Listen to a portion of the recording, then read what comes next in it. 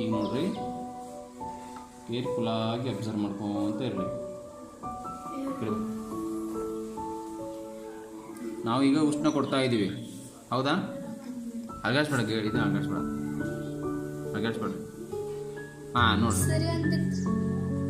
ಬಿತ್ತಾ? 1 ಡ್ರಾಪ್ ಆಗ ಎಣ್ಣೆ ಡ್ರಾಪ್ ಬಿತ್ತಾ?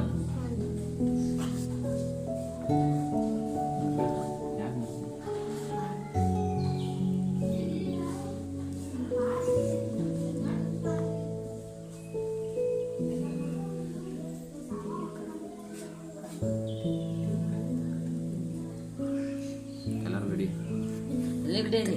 ಎಲ್ಲರೂ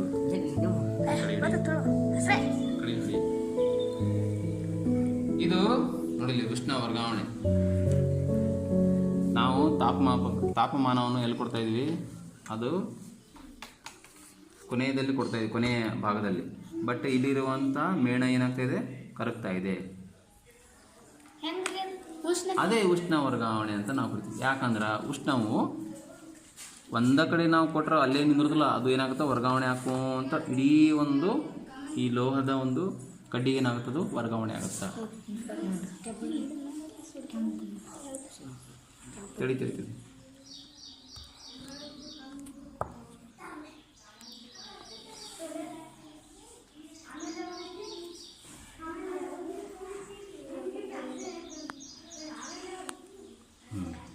ಅದ್ರ ಸಾಮರ್ಥ್ಯ ಎಲ್ಲಿ ಮಟ್ಟ ಇರುತ್ತಾ ಅಲ್ಲಿ ಮಟ್ಟ ಅದು ವರ್ಗಾವಣೆ ಆಗುತ್ತದು.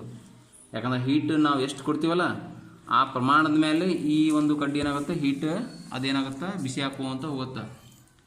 ಈ ವರ್ಗಾವಣೆ ಇಲ್ಲಿ ಮಟ್ಟ ಬರ್ಬೇಕಂದ್ರೆ ಸಮಯನ ತಗೊಳ್ಳುತ್ತದು. ಸಮಯ ಬೇಕಲ್ಲ ಹೀಟ್ ಆಗಬೇಕಂದ್ರೆ. ಆಗ ಸ್ಟಾರ್ಟ್ ಆತ, ಮೆಲ್ಟಿಂಗ್ ಆತಲ್ಲ.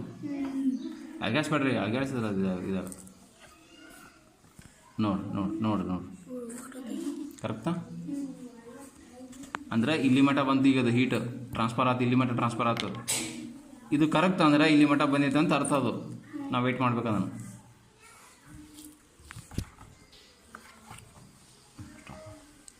ಸ್ಟಾಪ್.